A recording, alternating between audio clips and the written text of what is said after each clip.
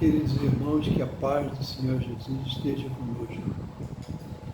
Mais uma vez, vamos fazer um comentário sobre o livro dos Espíritos, sobre o trabalho e repouso.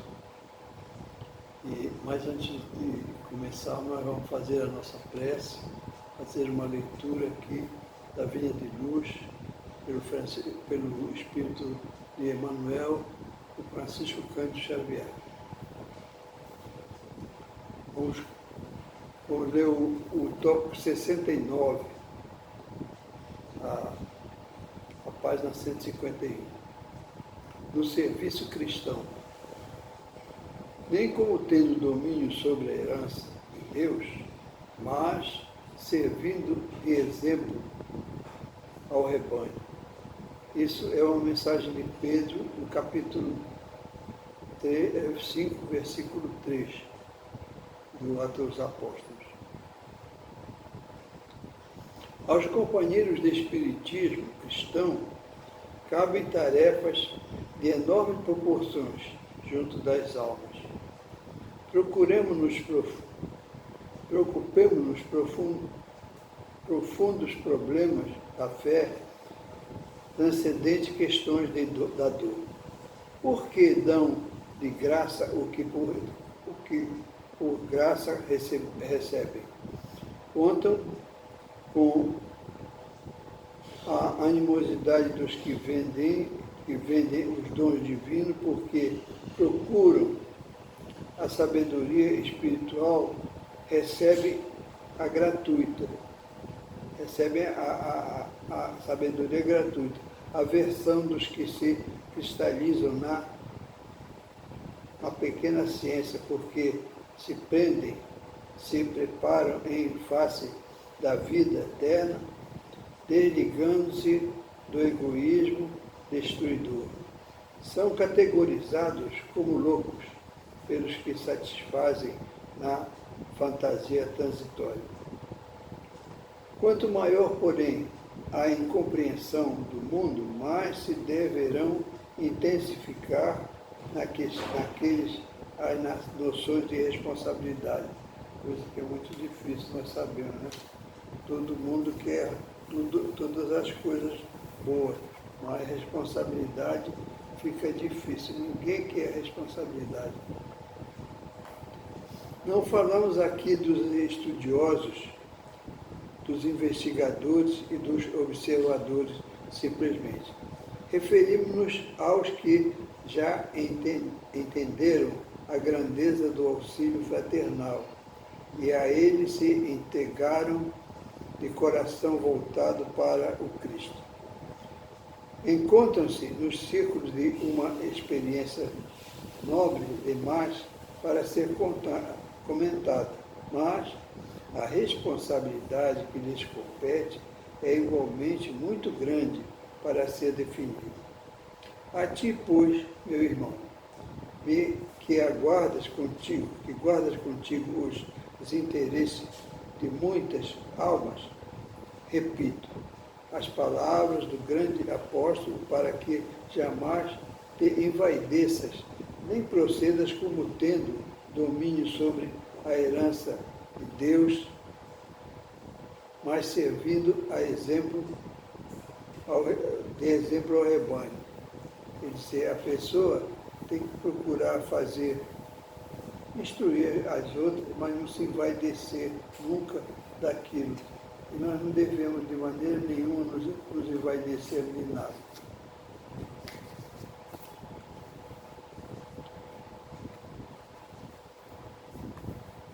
A vaidade, o orgulho, traz determinados desastres na condição psicológica de todos aqueles que procuram justamente seguir as pegadas do Cristo.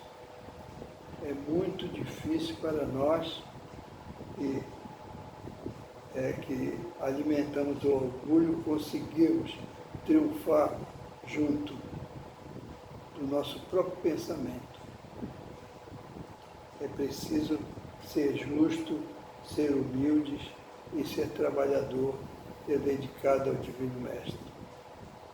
fazer aquilo com simplicidade, com amor e carinho. Graças a Deus. Vamos fazer a nossa prece, queridos irmãos. Mais uma vez, que a paz do Senhor Jesus esteja conosco. Senhor Jesus, Mestre querido, mais uma vez, permite, Senhor, que possamos elevar o nosso pensamento para suplicar a misericórdia do Teu amor que se derrame sobre nós, almas muito pecadoras como nós somos, mas precisamos infinitamente da vossa luz, do vosso amparo. Parai a todos esses irmãos queridos que aqui vieram para nos ajudar neste esforço e que possamos fazer a nossa prece, possamos alcançar alguma coisa de bom para nós e para os nossos semelhantes. Obrigado mais uma vez, Senhor Jesus, pela bênção misericordiosa da Tua luz, que desce sobre nós. Permite, Jesus, que nós possamos pedir por todos aqueles que fazem guerra, por aqueles que maltratam, que fazem tudo para transformar a harmonia do nosso planeta num verdadeiro caos. Esses irmãos, eles não se, como naquela hora que Tu disseste que nós não sabíamos o que estavam fazendo na realidade. Nós Te crucificamos, Senhor, e mostramos a grandeza da nossa inferioridade naquela hora. Ajuda-nos, Senhor, para que todos esses irmãos obsessores que polulam no planeta todo, que por obra e graça da misericórdia de Deus e a vossa misericórdia, através dos trabalhadores da Tua Divina Seara, eles possam ser levados para o local adequado, onde receberão justamente as instruções necessárias para não fazerem mais isso, para eles aprenderem a se comportar. Eu sei que é difícil, muito difícil, mas para Deus, nosso Pai, e para vós, Senhor, nosso Mestre, nada tem de dificuldade. Que a Tua luz, que a Tua paz seja conosco e nos ilumine nessa palestra, nessas informações, para que haja possibilidade de penetrar todos aqueles que receberem essa mensagem. Graças a Deus. Louvado seja o Santo Nome do nosso Pai em todo o universo. Queridos irmãos, agora nós vamos ver aqui a nossa pequenina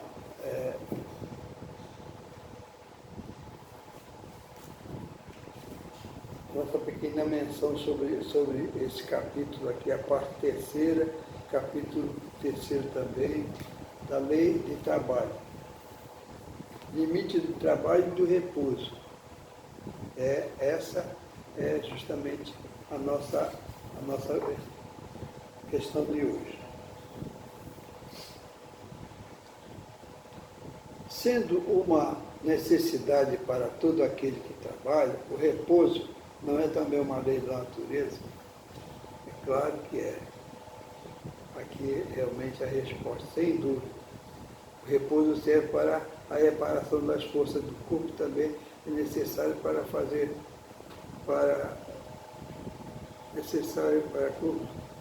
para dar um pouco de liberdade à inteligência, quer dizer, o espírito, a fim de que se eleve acima da matéria.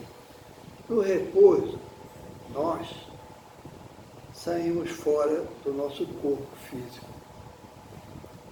Ficamos ligados apenas pelo fio, justamente pelo cordão prateado, chamado, cordão prateado.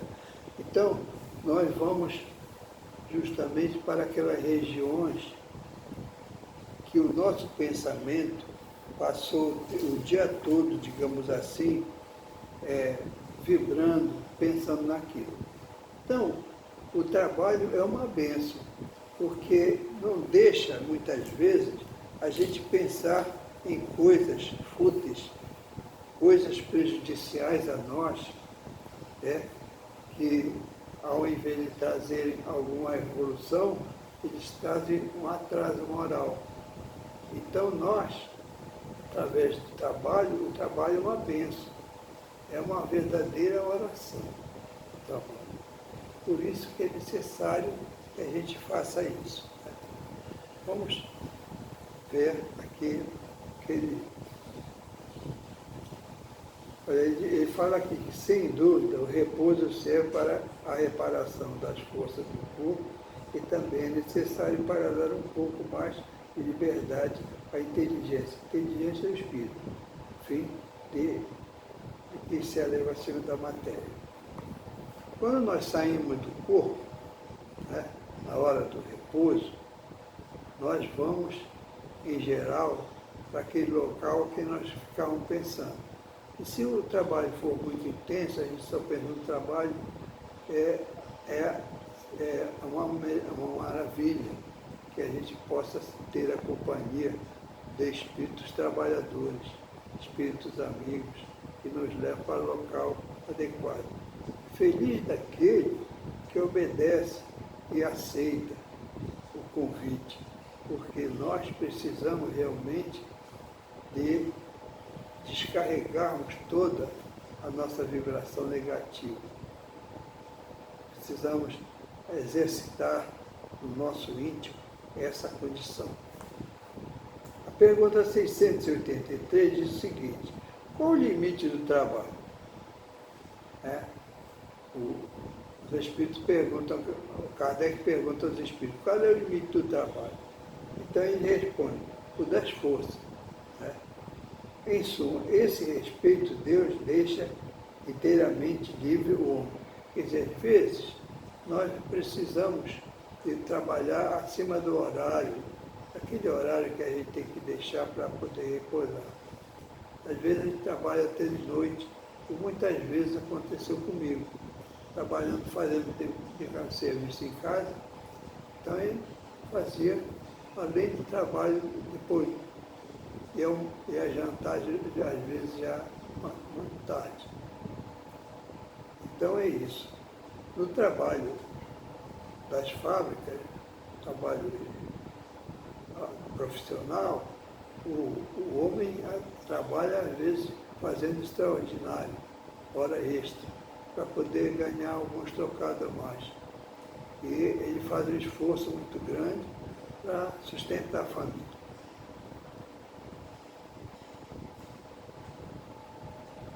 A pergunta 684 diz o seguinte: que se deve pensar dos que abusam da sua autoridade impondo aos seus inferiores excessivo trabalho? Isso aí é uma das piores ações que existe para o homem fazer.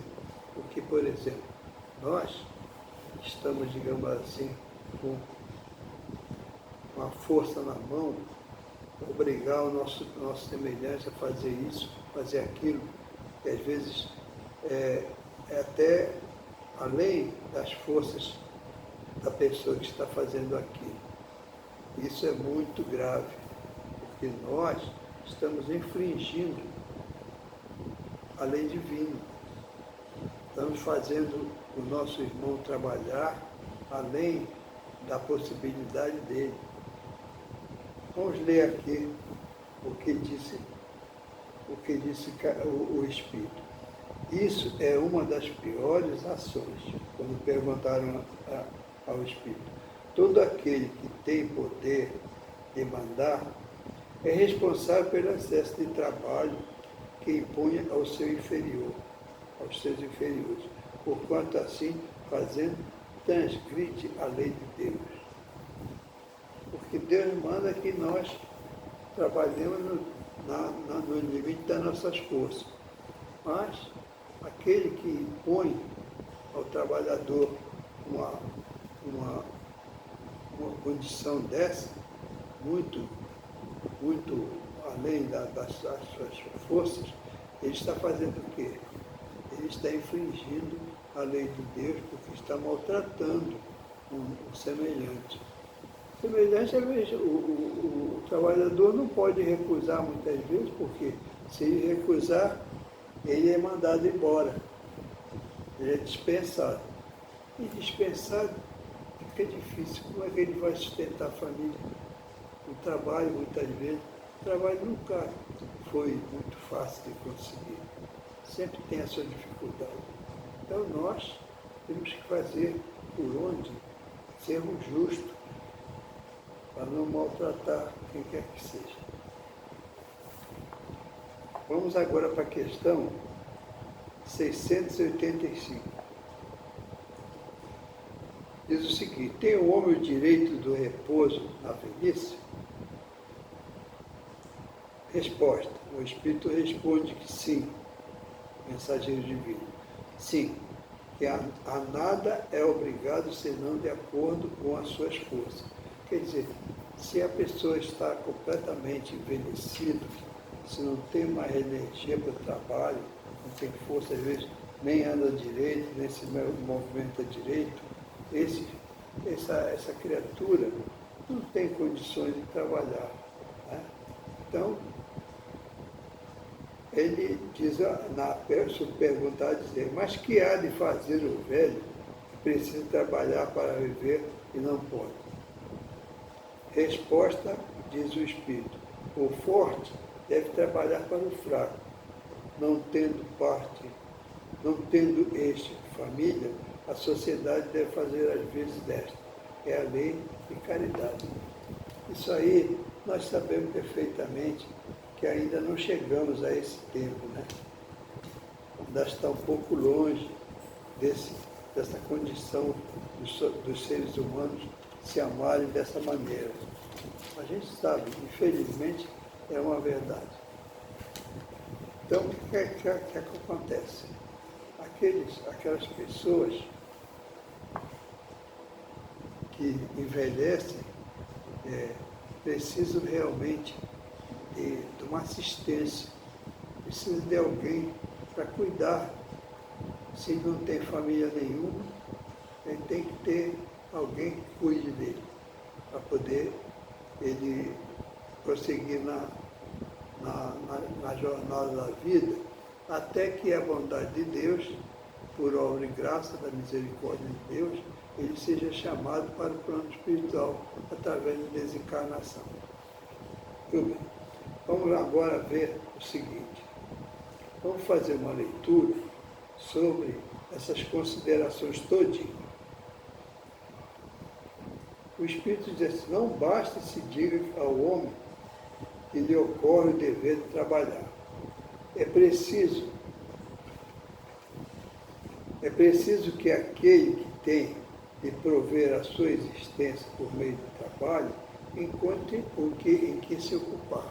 Quer dizer, não só é necessário ao homem ele saiba que ele tem que trabalhar, porque se ele foi acostumado a trabalhar, ele tem que estar acostumado sempre a prover as condições de sua própria existência, sua alimentação, de casa, etc, etc. Então, o que acontece? Ele tem que ter alguma coisa para que ele possa se ocupar. O que nem sempre acontece. Quer dizer, nem sempre ele encontra o trabalho. Quando se generaliza a suspensão do trabalho, essa condição assume a proporção de um flagelo. Quer dizer, quando não tem trabalho em lugar nenhum, tudo está faltando, aquilo vira um verdadeiro flagelo. Porque sem ganhar dinheiro, como é que a pessoa vai comprar comida, vai pagar suas dívidas? É muito difícil. Entende? Se generaliza a suspensão do trabalho à proporção de um flagelo. Qual a miséria? A ciência econômica procura remédio para isso, no equilíbrio entre a produção e o consumo. Quer dizer, a produção, a ciência econômica, os economistas, as pessoas que fizeram e têm essa capacidade de fazer essa regulagem, são justamente aqueles que têm na mão o poder econômico para fazer isso. Mas nem sempre acontece que isso dá certo, porque sempre acaba, né? A produção de alguma coisa com o alimento se acaba. Por exemplo, uma seca muito grande que traz, essa seca provoca justamente uma falta de alimento. Hoje em dia, no Brasil, nós cultivamos muita soja. Né? Os campos de soja são imensos. Né? O cultivo de outros elementos são menores, né? São de menos quantidade. E o que acontece? Quando acontece faltar esse alimento, a seca bate e falta o alimento. Por quê? Porque os produtores desse alimento não se esmeram em grande quantidade. Em geral, são produtores menores. Tá? Mas essa qualidade mas esse equilíbrio, dado seja possível, estabelece-se, sofrerá sempre intermitências, durante os quais não deixa o trabalhador deixa de ter de que viver. Há um elemento que se não costuma fazer pensar na balança, e sem o qual a ciência econômica não passa de simples teoria. Esse elemento é a educação. Então, nós precisamos realmente dessa educação. Por exemplo, numa casa onde o alimento é escasso, e só dá, digamos assim, para cada um aquela quantidade certa, aquele bocado, aquela fruta, etc. Então, tem que ser distribuído de maneira igual para todos. Isso aí implica justamente na educação que nós temos que ter. Essa educação a gente tem que saber que o que cabe para nós tem que caber também do nosso semelhante. Né? Isso aí, uma casa, se houver, digamos assim, uma condição de igualdade, tudo fica harmonizado. Senão, alguém vai passar fome, vai faltar para alguém. Né? É isso aí. Não a ele fala da educação, né? Educação no sentido de amar o próximo com a si mesmo. Essa que é a verdadeira educação. Não a educação intelectual, mas a educação moral. Não nos referimos, porém, à educação moral dos livros, e sim a que consiste no ato na arte de formar o caráter e o que incute hábitos, porquanto a educação é o conjunto dos hábitos adquiridos. Considerando-se a aluvião de indivíduos que todos os dias são lançados na torrente da população, olha aí, considerando a aluvião da torrente de indivíduos que são lançados na torrente da população, quer dizer, cada vez aumenta mais, sem que essas pessoas sem princípio, sem freio, entregues aos seus próprios instintos, serão de espantar as consequências desastrosas que daí ocorrem. Quer dizer, a gente vê que daí vai decorrer uma condição muito difícil, porque se a pessoa não tem educação nenhuma, né, não respeita a lei, não respeita nada, eles vão causar algum prejuízo muito grande. Porque vai trazer um prejuízo não só material, mas ele vai trazer um prejuízo espiritual, porque vai ferir a muitas pessoas, vai desarmonizar justamente a sociedade. Isso é prejudicial demais. Por isso que nós precisamos, a educação tem que partir de casa, tem que partir de princípios superiores. Com todo respeito, meus irmãos, nós sabemos que esse tipo de respeito, a doutrina espírita, ela mostra para nós, traz para nós exemplos de tal maneira que a gente tem que procurar se escorar justamente nesses princípios superiores. Porque com isso, verdadeiramente, todo mundo vai ficar em condições melhores. Muito bem, então, mesmo para os seus, para com praticada, o homem terá no mundo hábitos de ordem e de previdência para consigo mesmo e para com os seus, de respeito a tudo o que é respeitável, hábitos que lhe permitirão atravessar menos penosamente os maus dias inevitáveis, que sempre traz. Nós vemos aí, por exemplo, essa pandemia. Essa pandemia trouxe uma porção de prejuízo na parte da indústria, na parte da pecuária, enfim, de tudo quanto foi, todos os setores. Por quê? Porque a doença isolou e a doença trouxe muito prejuízo para os governos, tiveram que arcar com a responsabilidade financeira e tudo isso. Felizmente conseguiram vacina e agora está melhor. Mas nós precisamos ter cuidado. O cuidado nosso ainda não passou.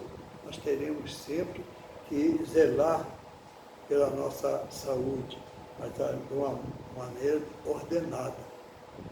Infelizmente, com todo respeito, nós não estamos aqui para acusar a coisa que quer que seja. O carnaval traz um ganho para aqueles que exploram isso, mas traz um prejuízo para o povo muito grande, porque a parte da educação vai tudo justamente pelo ralo. Às vezes acontece coisa que nós não desejamos. E a doença agora, depois de todo esse ajuntamento, de toda essa aglomeração, vai aparecer, como está aparecendo agora. É uma série de enfermidades que vai trazer o quê? Vai trazer prejuízo para o bolso das pessoas, vai trazer prejuízo para o bolso do governo e etc, etc. A desordem, a imprevidência das duas chagas que uma só, que só uma boa educação bem entendida pode curar. Esse ponto de partida, o elemento real do bem-estar, o penhor da segurança de todos. A educação é uma necessidade muito grande. Por quê? Essa necessidade traz o benefício para todas as pessoas que cultivam justamente essa condição. Porque existe a ordem, melhora para todos, evita a briga, evita uma opção de coisas. E traz para nós a felicidade relativa, porque a felicidade verdadeira ainda não está neste mundo. Nós temos que buscar o outro mundo. E assim, meus queridos irmãos, nós chegamos ao fim da nossa preleção e vamos fazer a nossa prece de encerramento. Espero que aqueles que ouvirem essa mensagem, que a bondade de Deus possa transformar justamente em conhecimento íntimo de cada um de nós, que nós precisamos disso. Senhor Jesus, mais uma vez, permite, Mestre, que possamos buscar a Tua presença divina para agradecer justamente por essa harmonia que tivemos aqui nesse momento, estudando justamente a doutrina espírita, a doutrina do Teu coração que Ele oferece para nós. Obrigado, Senhor, que todos aqueles que se encontram em condição de mando, em condição de obediência, possam se harmonizar e haja possibilidade de aquele que anda fazendo guerra, o governo da Rússia, me perdoe a menção, e outros mais que nós estamos aqui desconhecendo, tudo isso possa ser sanado. Que a Tua paz, que a Tua misericórdia, através dos trabalhadores da Tua divina seara, possam trazer para nós realmente o arrefecimento desse calor terrível. E agora, elevando o nosso pensamento ao nosso Pai Supremo, nós agradecemos. Pai amado, perdoa as nossas dívidas, Senhor. Derrama sobre nós a Tua divina luz, através de Jesus, na pessoa dos Seus mensageiros divinos. Que todos nós possamos melhorar, que todos nós nos transformemos num achote divino para clarear essa escuridão em que vivemos, Senhor.